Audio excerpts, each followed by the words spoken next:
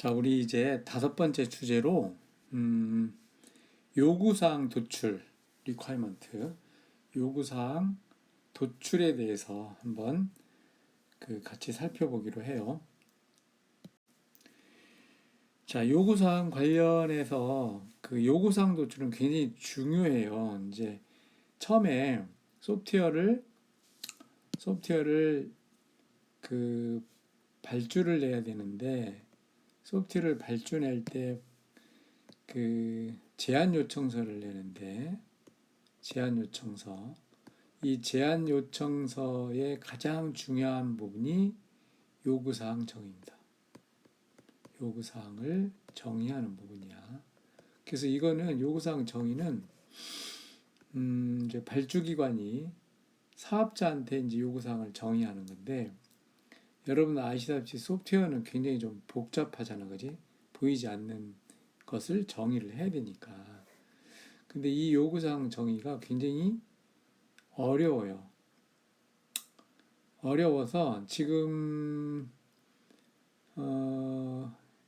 이 정보화를 담당하는 담당자들도 요구사항 정의하는데 굉장히 애를 먹고 있어요.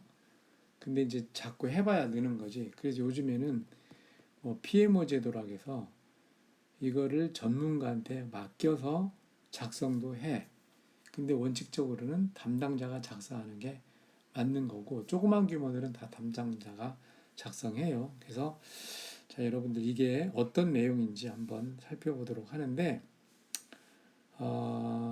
일단 요구사항에 관련된 법 제도가 뭐가 있는지 한번 보고, 또 요구사항이 왜 필요한지, 요구사항의 유형들이 있어요. 뭐 종류 이런 것들이 있는데 요걸 한번 살펴보고, 제안 요청서의 요구사항 도출하는 방법 요걸 해보고, 방법, 절차 이런 내용들을 한번 살펴보고, 그 다음에 요구사항 분석, 적용, 절차. 그러니까 요구사항을 분석해서 적용하는 절차야. 그 다음에 이제 뭐 요구사항을 기술안 써놓은 사례를 한번 보는 걸로 하는데, 실질적으로는 여러분들이 직접 요구사항 작성을 한번 해봐야 돼요. 시간 있으면 좀 해보면 좋은데 그럴 시간은 없을 것 같고, 다만 실제 프로젝트에 요구사항을 정의한 거, 그러니까 제안 요청서를 실제 거를 사이트에 올려둘 테니까 한번 쭉 훑어보고, 제안 요청서가 이런 거고, 또 제안 요청서 상에 요구사항 정의는 이렇게 하는구나를 한번 여러분이 살펴보면 나중에 현장에 나가서 큰 도움이 될 걸로 생각이 됩니다. 자, 요구사항 관련 법 제도야. 이제 요 공공소프트웨어 사업이라 했으니까 예를 들어 정부라든가 공공기관 이런 데들이고, 이제 민간도 사실 공공하고 일을 많이 하기 때문에 이런 법 제도를 다 참조를 합니다. 그래서 이 세 가지를 여기서 달았네. 국가를 당사자로 하는 계약에 관한 법률. 모든 계약은 국가를 당사자로 하는 계약에 관한 법률을 근거로 해요. 계약을 할 때. 그럼 이거를 국가를 당사자로 한다고 해서 국가를 대상으로 하는 건 계약만 이걸 쓰느냐? 아니야. 공공기관. 우리 학교도 사립대학이지만 우리 대학도 사립대잖아. 사립대인데 사립대도 요거를 갖다가 쓰는 거예요. 그 다음에 소프트웨어 산업진흥법, 전자정보법 이런 데 이제 나와 있다는 거고, 그리고 법률은 소관 부처들이 있어요. 그러니까 이 법률을 만들고 관리해주는 부처들이 되는 거야. 그래서 국가를 당사자로 계약에 관한 법률은 기획재정부가 예산을 가지고 있잖아요. 예산. 그래서 기획재정부. 그 다음에 조달청은 국가의 모든 계약을 담당을 해요. 여기서 계약을 대부분 받아서 해주는 경우가 있거든. 그래서 이제 조달청이고, 여기 내용이 뭐냐면 국가 대상 계약 체결의 기본적인 사항이라고 돼 있지.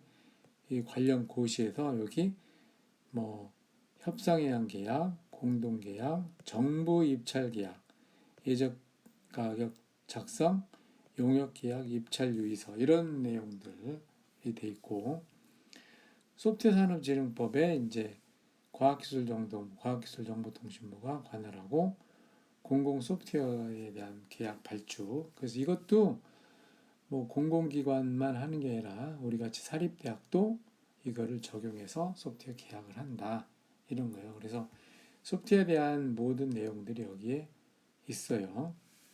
그리고 전자정보법은 그 전자정보 요거는 각 부처, 뭐 지자체, 각 부처라면 예를 들어서 행정안전부, 교육부, 기재부 이런 부처를 말하는 거고 지자체는 뭐 경기도, 충청남도, 대전시 이런 걸 말하는 거지.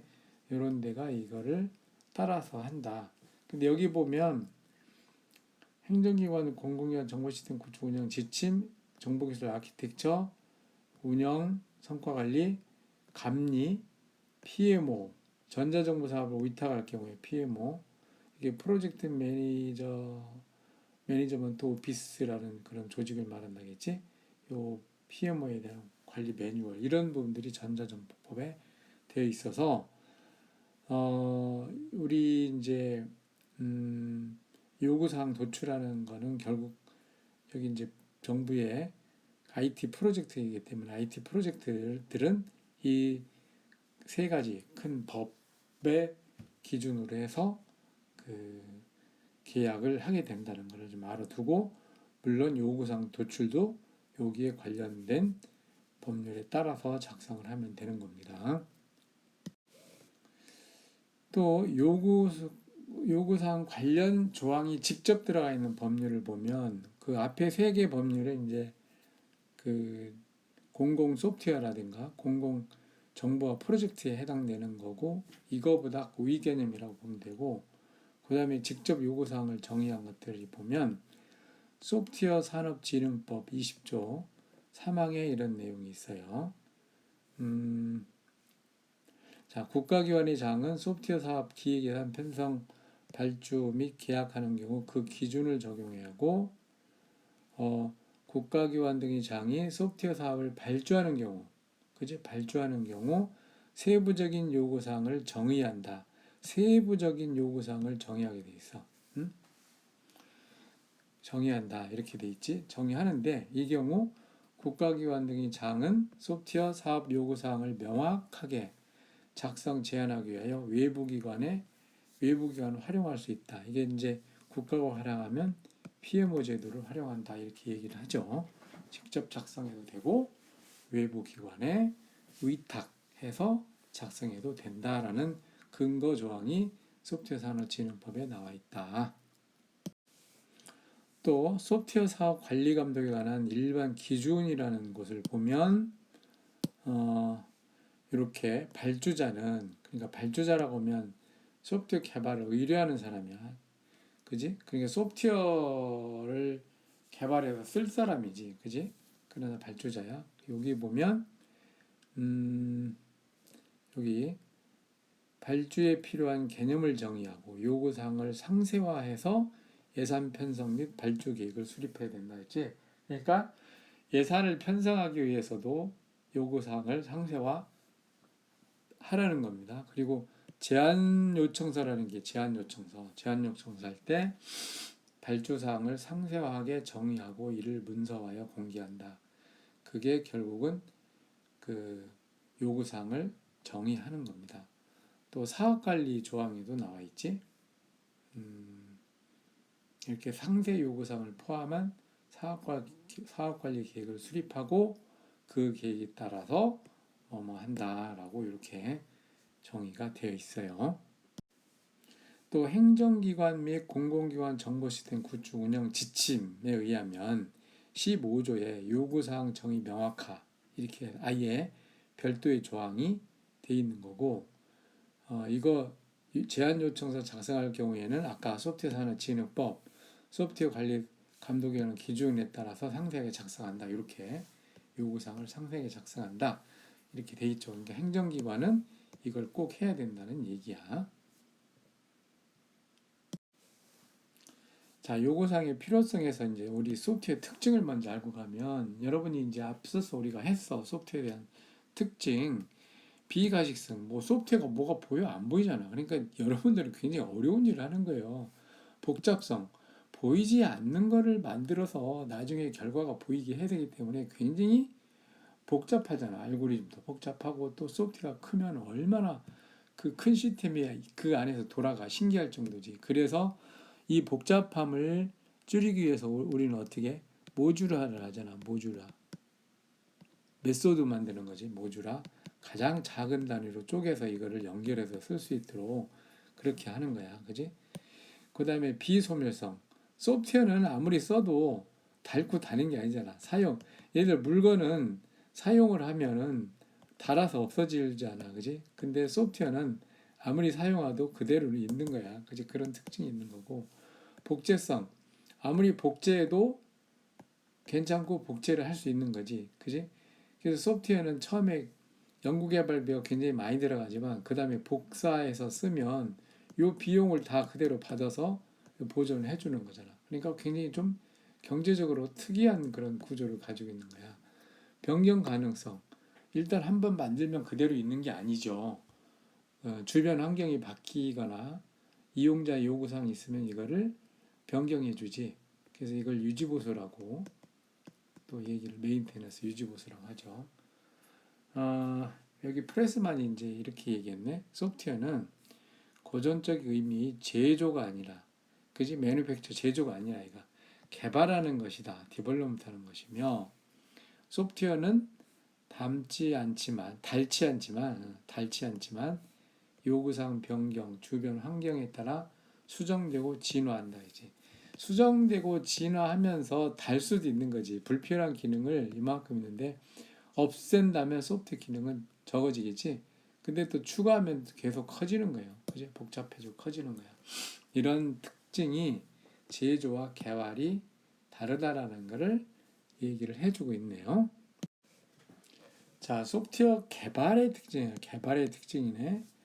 보면 여기서는 이제 세 가지로 얘기했는 하나는 물리적인 형태가 없는 무형의 논리적 요소다. 그러니까 우리가 뭐 알고리즘이라는 걸 배우잖아. 그래서 굉장히 이제 어려운 거를 여러분들이 하고 있는 거예요. 두 번째는 최종 산출물이 개발 과정에서 확인되지 않다. 확인되지 않지. 개발 과정에서는 최종 산출물이 다 개발해놓고 오류를 다 잡고 테스트를 해야 그때서 이제 확인이 되는 게 소프트웨어의 특징이야. 세 번째로 프로젝트 지연이라든가 예상 범위 초과. 그러니까 실제로 이제 이게 무형의 것을 확인하기 어려운 것을 하다 보니까 처음에 요구사항 정의한 것부터 이게 결국은 프로젝트를 했을 때 많이 빗나가는 경우가 많아요. 그러니까 이제 기간도 지연되고 범위도 초과되는 거야. 우리가 이제 요구 분석이라는 걸 하잖아, 그지? 요구 분석이라는 걸 해서 그 다음에 이제 뭐 설계라는 거 하고 또 구현이라는 걸 하고 이제 운영하고 이렇게 가는데 그 보이지 않는 것을 이제 요구 분석을 하니까 요구사항 도출할 때부터 우리가 현업부서 업무부서지 현업부서에서 인터뷰나 또는 문서나 또는 매뉴얼이나 이런 거 가지고 분석을 한단 말이야. 근데 이거 굉장히 한계가 있어요. 다 안 되지. 그지? 그러니까 결국 2단계에서 뭐 이 코끼리라고 그림을 이렇게 생각했는데 나중에 해보면 토끼가 나올 수도 있단 말이야. 그러면 이제 이쪽 사람들이 확인해 보면서 이 토끼가 아닌데 코끼리가 아닌데 이렇게 하는 거야. 그럼 그만큼 갭이 많이 생기죠. 위험 요소도 많고. 그래서 이제 지연이 되고 범위 초과되고 막 이렇게 하는 거지. 이럴 경우에 사실은 누구의 잘못도 아닌 경우가 많아. 왜?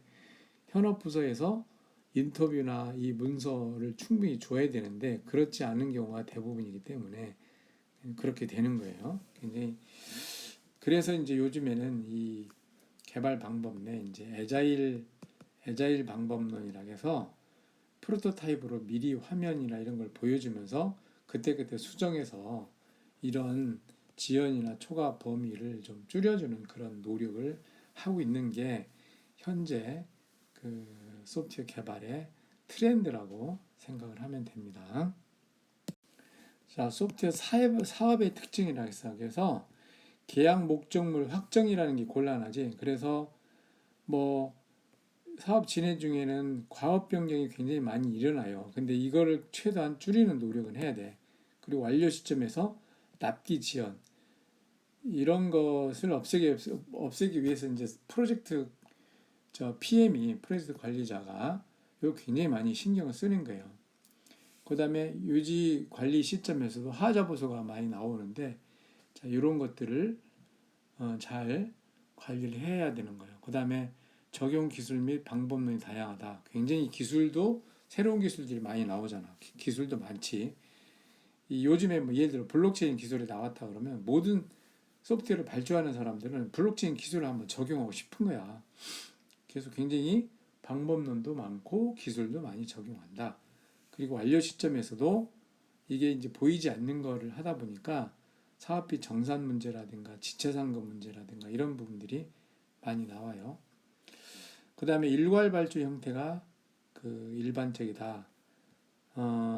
공동계약에는 하도급 계약을 하고 그 다음에 중소업체에 대한 불공정 하도급 문제 발생품이 일괄 발주를 하다 보니까 이제 대기업이 하게 되면 이제 있고 조그만 기업에 하도급을 해줘요. 하도급을 하다 보면 하도급 하면 여기 을이 되지, 이 대기업은 갑이 되지. 그럼 이 갑을 관계에 불공정이 굉장히 많이 일어나지. 그런 거를 발주기관이 예방해주는 역할을 해줘야 돼요. 자, 이런 특징들이 있는 게 소프트웨어 사업이다라는 거지. 자, 여기 이제 국내 소프트웨어 프로젝트의 문제점 5대 요인이요. 문제가 되는 리스크, 문제 이런 거지. 물론 좀 된 자료인데 지금도 변함이 없어요. 자, 가장 많은 게 뭐야? 불명확한 요구사항이야. 요구사항이 명확하지 않아. 이게 왜 그래? 현업부서와 이제 개발하는 부서 간의 대화, 인터뷰 이런 걸 통해서 하는데 제일 원인은 소프트웨어라는 게 비가시성이 있지. 비가시성. 보이지 않는 걸 하는 거란 말이야. 그리고 요구사항이라는 게 1년 내내 운영할 업무를 개발하는 건데 1년 내내 운영한 업무를 요 시점에서 다 생각을 해내야 되는 거야. 이거를 생각 다 해내야 되는 거지. 근데 사람의 기억이라든가 뭐 이런 한계가 있잖아. 그래서 전부 다 생각해 놓을 수가 없지. 그러니까 빠지는 게 많아요. 빠지는 것이 많다. 빠지는 것이 많다는 얘기는 요구사항에 반영이 안 되니까 불명확한 요구사항이 요 자체가 불명확한 요구사항이라는 거지. 그러다 보니까 어떻게 돼? 요구사항 변경이 분석 설계하면서 계속 나타나는 거야. 그리고 이제 이거지. 불명확한 요구사항으로 프로젝트 범위를 잡겠지, 범위를. 근데 불명확이라는 게 대부분은 기능을 빠뜨리는 거지, 그지? 빠뜨리다 보니까 실제로 범위는 이만큼인데 결국 요구사항 분석하다 보면 이만큼이 되는 거야. 그러면 프로젝트 기간도 이만큼 잡지. 그러니까 늘 짧아서 쫓기는 거예요. 그리고 잦은 요구사항 변경으로 물론 이렇게 늘어나. 그러면 프로젝트 기간도 늘려줘야 되는데 또 그게 늘려주질 않아요. 또 왜? 책임 문제가 따르니까. 왜 처음에 요구사항 잘못 분석한 누구 책임이야 이런 문제가 나오는 거야. 그러니까 PM이 굉장히 고생하는 거야. 이런 갭을 메꾸기 위해서. 그리고 자원 항상 부족. 왜? 없는 걸 새로 개발하는데 어디서 자원을 추가로 주는 게 아니야. 자원이라면 예산도 자원이고 인력도 자원이야. 그래서 요거를 따지만 예산도 부족, 인력도 부족하게 되는 거야. 나중에. 왜? 이 범위하고 갭이 또 나니까. 그래서 개발 완료 후에 변경도 많다. 자, 이런 순서가 되는 거예요. 자, 이게 다 리스크 요인이 되는 겁니다. 이게 이제 특징이에요. 그래서 요구사항이 굉장히 중요하다. 요구사항 정의가 굉장히 중요하고 필요하다라는 이제 얘기를 하는 겁니다. 자, 여기는 또 요구사항 미흡에로 인한 비용이야. 자, 이렇게 우리 이제 소프트웨어 보면 요지보수 할 때 비용이 가장 많이 들어가요. 왜? 물론 이제 이게 요구 단계 뭐 이렇게 거치면서 비용이 이렇게 늘어나는데 요지보수 단계에서는 소프트웨어를 운영하면서 그 수정 보완을 하지. 수정 보완. 이런 비용들이 그리고 이제 이거는 이렇게 단기간이야. 단기간. 단기간. 예. 요거는 단기간이지. 예를 들어 1년 하면 1년간에 들어가는 비용이잖아. 이만큼이. 근데 유지보수는 소프트웨어 개발하면 어떻게 써? 5년, 10년 쓴단 말이야. 그러면 거기에 들어가는 수정 유지 비용이 굉장히 많잖아. 그러니까 여기하고 좀 비교가 안 되지. 그리고 유지보수 비용을 줄이려면 요 요구 분석 단계를 잘 해야 되는 거야. 빠지는 거 없이. 그래야 운영 단계에서 수정하는 게 적어지는 거지. 그지? 그 수정한다는 얘기는 이거는 결국 뭐하고 상통해? 비용하고 같다는 얘기예요. 자, 요구사항의 이제 위험사항인데, 뭐 이거는 우리가 어디서 많이 봐서 소프트웨어 공학 할 때 요구 분석이라는 거 할 때 요 그림을 많이 보잖아. 그지? 예를 들어 고객이 필요한 건 이건데, 이거에 대한 요건 정의를 이렇게 해놓으면 결국 그 다음 사람이 이해할 때는 이렇게 이해하고, 그 다음 사람이 이해할 때는 이렇게 하고, 결국 맨 나중에 가서는 이렇게 만들어 놓고 이걸 다 만들었다고 하면 어떻게 돼? 다시 다 뜯어 고쳐서 이걸 만들어야 되잖아. 요게 그래서 요구사항 정의 단계부터 굉장히 중요하다. 그런 얘기를 좀 하고 있습니다. 자, 여기 이제 명확한 요구사항, 여기 요구사항, 이게 좀 타이틀이 조금 그렇네. 그지? 공공 소프트웨어 발주 프로세스야. 프로세스인데,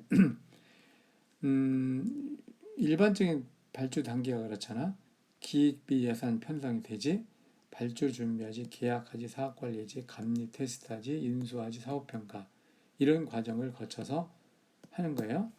그리고 이제 현재 하는 거 보면 이런 거지. 기획하고 예산 편성하는 단계에서 타당성 분석을 하고 있어. 그래서 예산 심의를 해.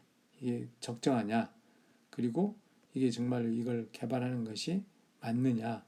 그런 걸 거쳐요. 그러면서 이제 그 여기서 이슈가 뭐냐면 요건 분석 수준의 그 RFP를 만들고 불명확한 요구 분석 때문에 예산이 과다 작업되고 한 것들을 잡아내는 거지. 그래서 발주 및 착수 단계에서는 요구사항을 도출하고 RFP를 작성하는 거예요. 그리고 이제 발주 계약을 하지. 여기서 최대한 요구사항 분석이 굉장히 중요하다라는 거고. 그 다음에 분석 단계에서 보면 이제 요건 정의와 요구 분석을 하는 거예요. 자, 여기서 요구사항이 나왔지만 실제로 이걸 근거로 해서 다시 개발사가 개발하는 사람이 요구 정의를 하고 요건 분석을 다시 하는 거야. 그래서 이거를 철저히 해야 과업 범위에 대한 변동이 발생하지 않고 실제로 개발 기간이 뭐 연장되던가 그런 부분이 없어지고 또 프로젝트의 품질도 보장이 되는 단계가 2단계가 되는 거예요. 그리고 이제 구현 테스트에서 종료하지. 그래서 굉장히 중요한 부분이 그 사업 발주 전에 요구사항 도출해서 RFP 만드는 방법 단계, 그 다음에 분석 단계에서 요건을 정의하고 요구 분석을 올바로 하는 거, 이 단계가 굉장히 중요하다고 얘기를 하고 있습니다. 그 다음에 이제 요구사항의 유형에 대해서 알아보는데 이러한 내용들로 한번 알아보고 넘어갑시다. 자, 그러면 요구사항 정의인데 그럼 요구사항 유형들이 뭐가 있는가를 살펴보기 위해서 하는 거예요. 그러면 요구사항이 뭐냐라고 이렇게 정의를 해놓은 부분이 있어요. 이쪽에서. 그래서 한번 좀 보면 문제 해결이나 목적 달성을 위해서 고객에 의해 요구되거나 표준이나 명세 등을 만족하기 위하여 시스템이 가져야 하는 서비스 또는 제약사항이 요구사항이다 라고 얘기가 돼 있고, 또 고객이 요구한 사항과 요구하지 않았더라도 당연히 제공돼야 한다고 가정되는 사항들이다 라는 거고, 또 계약, 표준, 명세, 다른 형식으로 제시된 문서에 맞추어서 시스템이나 시스템 구성 요소가 갖춰야 할 능력이나 조건이라고 정의를 하고 있어요. 그래서 처음에 업무 요구사항이 있으면 이게 이제 비전 범위 문서라는 걸 작성을 하고, 그 다음에 사용자 요구사항을 받아서 유스케이스 문서가 작성이 되죠. 물론 비즈니스 규칙까지도 만들어서, 그 다음에 이제 시스템 요구사항과 기능 요구사항이 만들어질 때 이 유스케이스하고 그 다음에 비즈니스 규칙, 품질 속성 이런 것들을 가지고 이제 기능 요구사항이 정리되고, 최종적으로 소프트웨어 요구사항 명세는 이런 내용과 외부 인터페이스 제약사항 이런 내용을 반영해서 요구사항 명세서가 만들어지는 겁니다. 여기 큰 틀에서 이걸 한번 봐주면 돼요.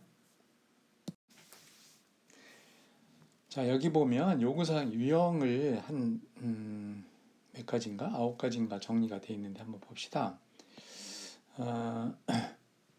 첫 번째로 이제 비즈니스 요구사항이라고 되어 있어요. 그럼 비즈니스 요구사항은 어떤 고객의 그 최상위 비즈니스 목표를 얘기하는 거지. 어떤 제품이나 뭐 이런 거, 우리 같은 소프트웨어에 대한 고객의 어떤 고수준의 목표, 이런 게 비즈니스 요구사항이라면, 비즈니스 규칙은 업무에 대한 규칙이에요. 그래서 업무 정책에 대한 지침이나 표준, 규정 이런 것들이라고 볼 수 있지.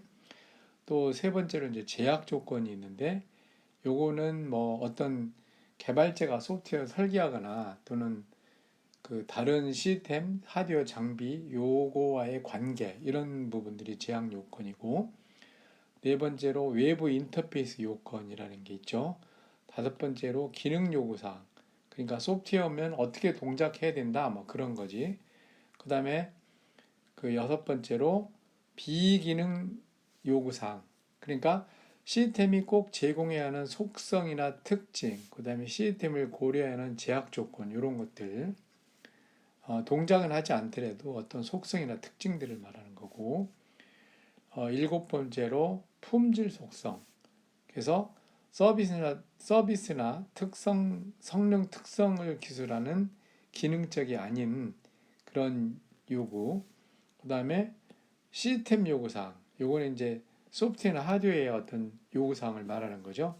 그 다음에 아홉 번째로 사용자 요구사항, 요거는 특정 사용자 클래스가 시스템을 통해서 반드시 수행해야 되는 목표나 업무 또는 원하는 제품의 속성들, 이제 이런 것들로서 한 9가지 유형을 나누고 있어요. 그래서 이것들이 이제 소프트웨어에 대한 개발 요구사항으로 어떻게 적용되는지 한번 뒷부분에서 살펴보도록 합시다.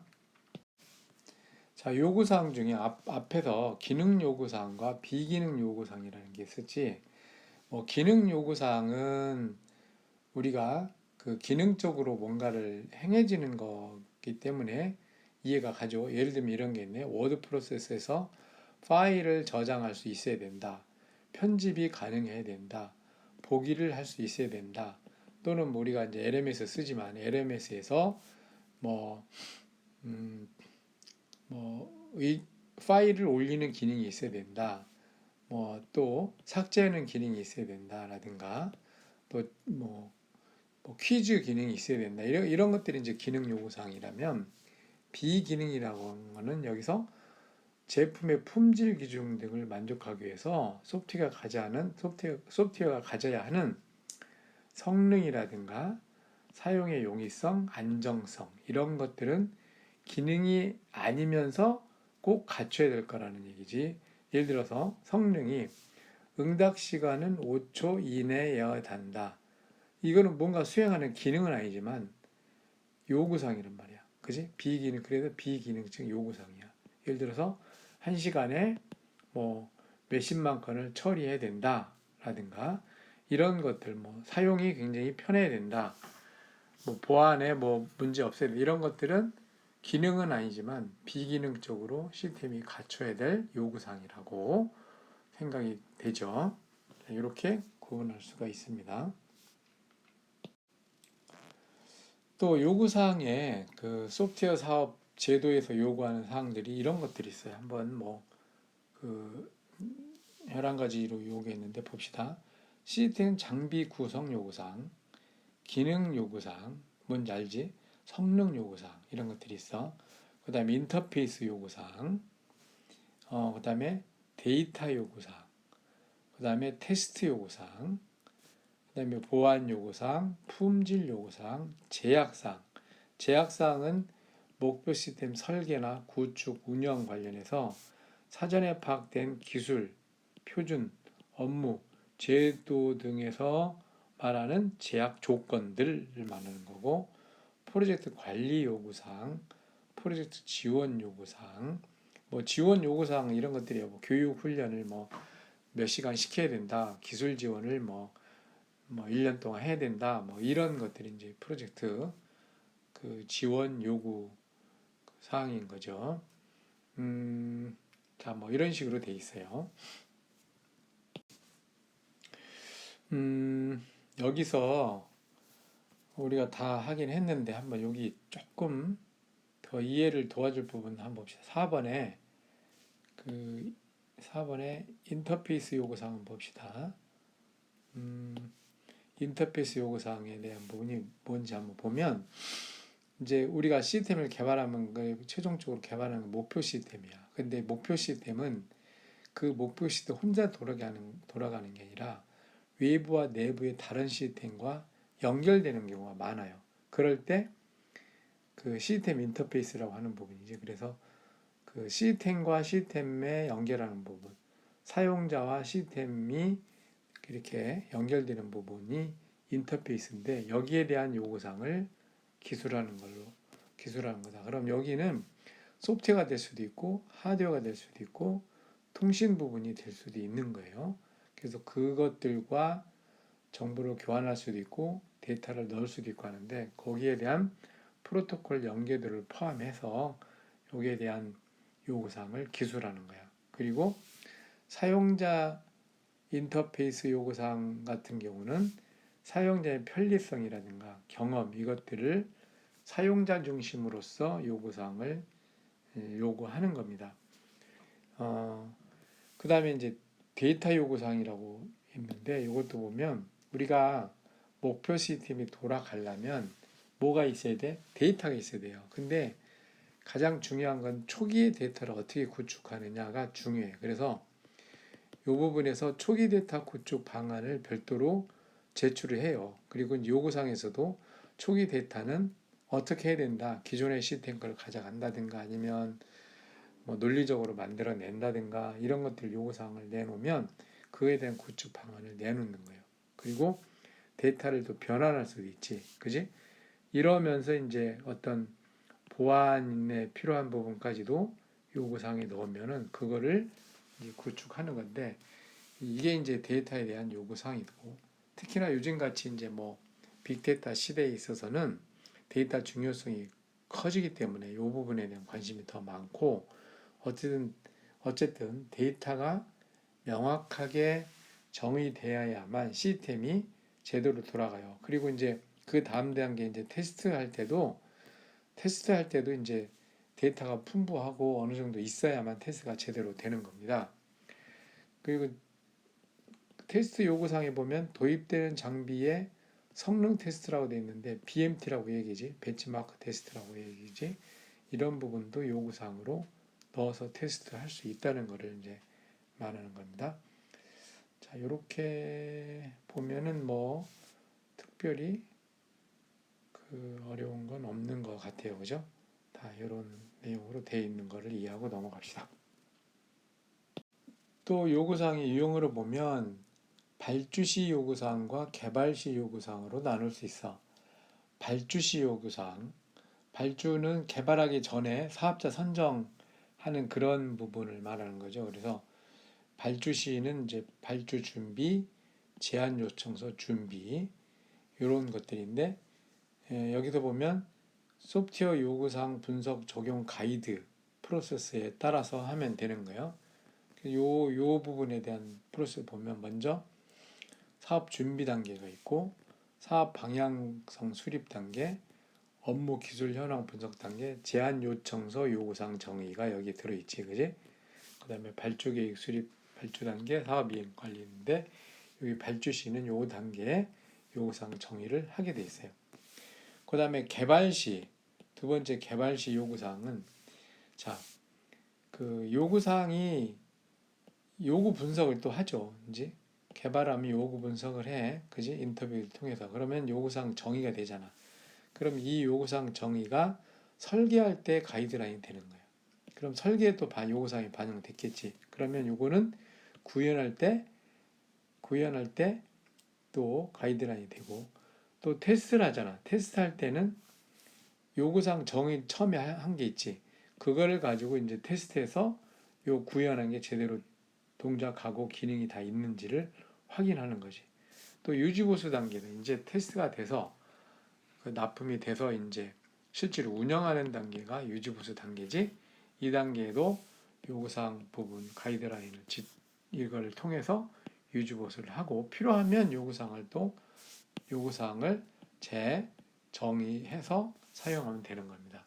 여기 또 어떤 개발하기 위해서 발주 시점의 요구사항과 또 개발 시점의 요구사항이 있다. 우리가 이제 요구사항 유형을 하는 거예요. 유형. 그 유형들이 뭐가 있는지를 보고 있는 겁니다.